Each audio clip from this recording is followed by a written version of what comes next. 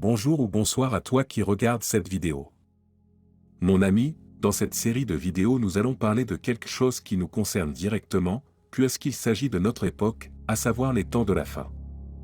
Nous allons voir ce que nous disent les Saintes Écritures à ce sujet, et ce que nous devons savoir, afin d'être prêts en vue de ce qui doit advenir prochainement, ici-bas sur cette terre. Aujourd'hui nous allons parler du retour du Christ sur la terre et de la bataille d'Armageddon. N'hésite pas à faire pause si tu veux lire tous les versets. Prêt? Alors allons-y.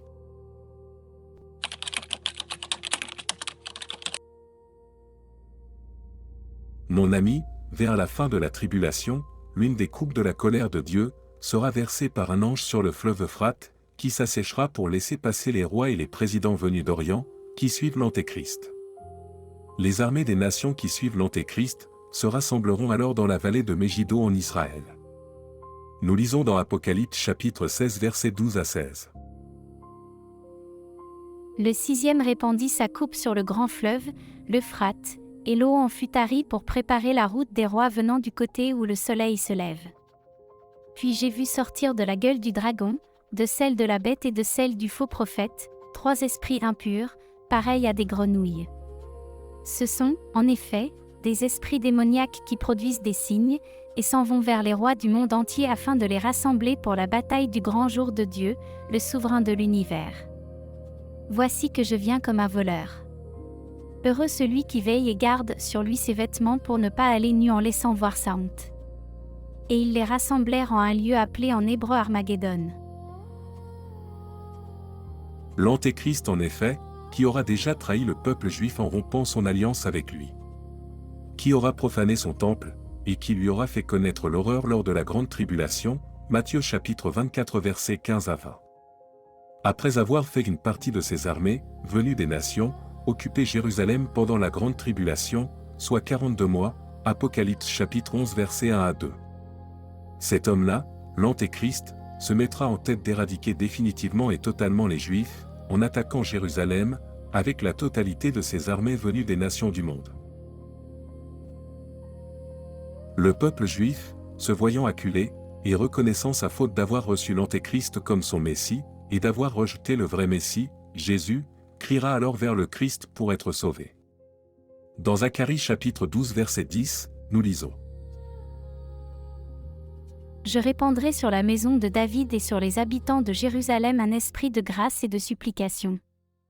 Ils regarderont vers moi. Celui qu'ils ont transpercé, ils feront une lamentation sur lui, comme on se lamente sur un fils unique, ils pleureront sur lui amèrement, comme on pleure sur un premier-né. Le Christ reviendra alors sur la terre, avec ses armées composées de tous les saints, et des anges, pour établir son royaume et exterminer les armées de l'Antéchrist. Il posera ses pieds sur le mont des Oliviers qui se fendra en deux. C'est le jour du Seigneur. Nous lisons dans Zacharie chapitre 14 versets 1 à 7. Voici qu'un jour vient pour le Seigneur, où l'on partagera tes dépouilles au milieu de toi, Jérusalem. Je rassemblerai toutes les nations devant Jérusalem pour le combat, la ville sera prise, les maisons pillées, les femmes violées, la moitié de la ville partira en exil, mais le reste du peuple ne sera pas retranché de la ville. Alors le Seigneur sortira pour combattre avec les nations, comme lorsqu'il combat au jour de la bataille. Ses pieds se poseront, ce jour-là, sur le mont des Oliviers qui est en face de Jérusalem, à l'Orient. Et le mont des Oliviers se fendra par le milieu, d'est en ouest, il deviendra une immense vallée. Une moitié de la montagne reculera vers le nord, et l'autre vers le sud. Vous fuirez la vallée de mes montagnes, car elle atteindra Yazol. Vous fuirez comme vous avez fui devant le tremblement de terre, au temps d'Osia, roi de Juda. Alors le Seigneur mon Dieu viendra, et tous les saints avec lui. Ce jour-là, il n'y aura pas de lumière, mais du froid et du gel. Ce sera un jour unique, le Seigneur le connaît, il n'y aura pas le jour puis la nuit, mais à l'heure du soir, la lumière. Le Christ viendra donc, avec ses armées composées des saints, à savoir son épouse, ceux qui auront été enlevés 7 ans auparavant, qui seront vêtus d'un fin lin, Apocalypse chapitre 19 versets 7 à 8. Et il viendra également avec ceux qui auront vaincu l'Antéchrist en lui résistant jusqu'à la mort, eux seront vêtus de robes blanches, Apocalypse chapitre 7 versets 9 à 14, Apocalypse chapitre 15 versets 2 à 3. Il y aura aussi les saints anges de Dieu et les élus. Et tout ce monde donc, suivra Jésus-Christ sur des chevaux blancs, du ciel vers la terre, à la bataille d'Armageddon. Nous lisons dans Apocalypse 19 versets 11 à 16. Puis j'ai vu le ciel ouvert, et voici un cheval blanc, celui qui le monte s'appelle fidèle et vrai, il juge et fait la guerre avec justice. Ses yeux sont comme une flamme ardente, il a sur la tête plusieurs diadèmes, il porte un nom écrit que nul ne connaît, sauf lui-même. Le vêtement qui l'enveloppe est trempé de sang, et on lui donne ce nom, le Verbe de Dieu. Les armées du ciel le suivaient sur des chevaux blancs, elles étaient vêtues de lin fin, d'un blanc pur. De sa bouche sort un glaive acéré, pour en frapper les nations, lui-même les conduira avec un sceptre de fer, lui-même foulera la cuve du vin de la fureur, la colère de Dieu, souverain de l'univers, sur son vêtement et sur sa cuisse, il porte un nom écrit, Roi des rois et Seigneur des seigneurs. Le Christ, lors de cette bataille d'Armageddon, vaincra donc l'Antéchrist, par le souffle de sa bouche, 2 Thessaloniciens chapitre 2 verset 8, et frappera par le glaive qui sort de sa bouche et donc par sa parole, les armées de ce dernier pour les détruire. Dans Apocalypse 19 versets 17 à 21, nous lisons.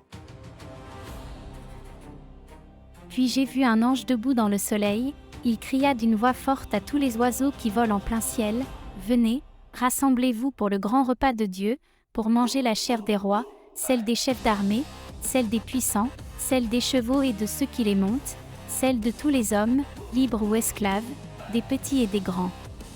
Et j'ai vu la bête, les rois de la terre, et leurs armées, rassemblés pour faire la guerre au cavalier et à son armée.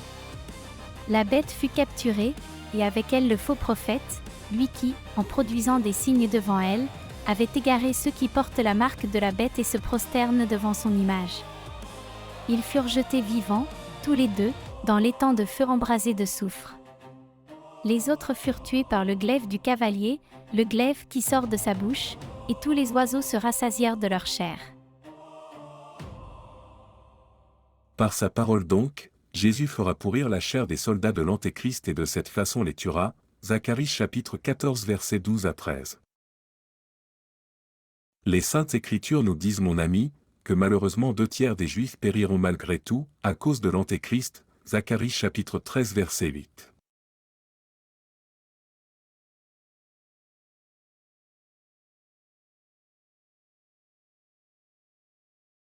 Et voilà comment le Christ détruira cet homme-là, cet Antéchrist qui sera jeté vivant dans la géhenne de feu, avec le faux prophète. Le Christ vaincra donc, avec ses saints et ses élus, Apocalypse chapitre 17 verset 14. Mais alors maintenant qu'est-ce qui se passe?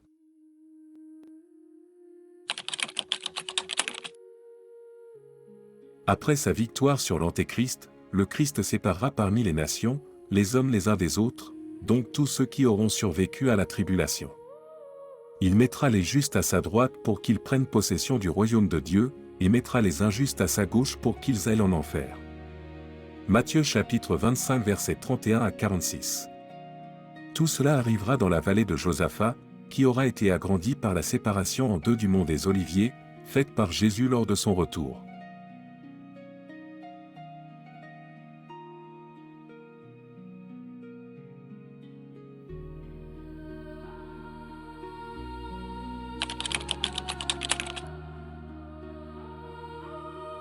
Après avoir purifié la terre, le Christ se mariera avec son épouse, à savoir tous ceux qui auront été enlevés 7 ans auparavant, parmi son Église, et qui seront vêtus d'un lin fin et pur.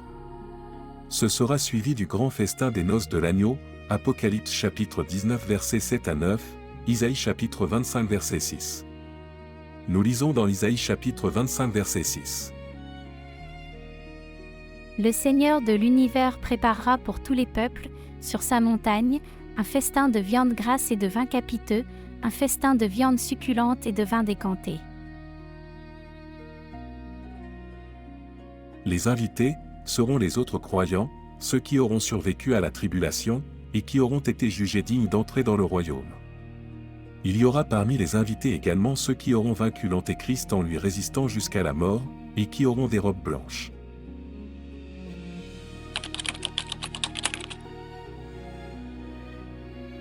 Le millénium est la période de 1000 ans où le Christ régnera sur le monde avec les saints. Dans Apocalypse chapitre 20 verset 4, nous lisons. Puis j'ai vu des trônes, à ceux qui vinrent y siéger fut donné le pouvoir de juger. Et j'ai vu les âmes de ceux qui ont été décapités à cause du témoignage pour Jésus, et à cause de la parole de Dieu, eux qui ne se sont pas prosternés devant la bête et son image, et qui n'ont pas reçu sa marque sur le front ou sur la main. Ils revinrent à la vie, et ils régnèrent avec le Christ pendant 1000 ans. Satan sera enchaîné et ne pourra donc plus séduire les nations. Apocalypse chapitre 20 versets 1 à 2. Ce sera une période de paix, de joie et de justice. Isaïe chapitre 32 versets 17 à 18, Isaïe chapitre 61 verset 7. L'amour et le bien vont donc triompher, mon ami. Voilà mon ami, n'hésite pas à mettre un pouce bleu, et à partager cette vidéo, et moi je te dis au revoir.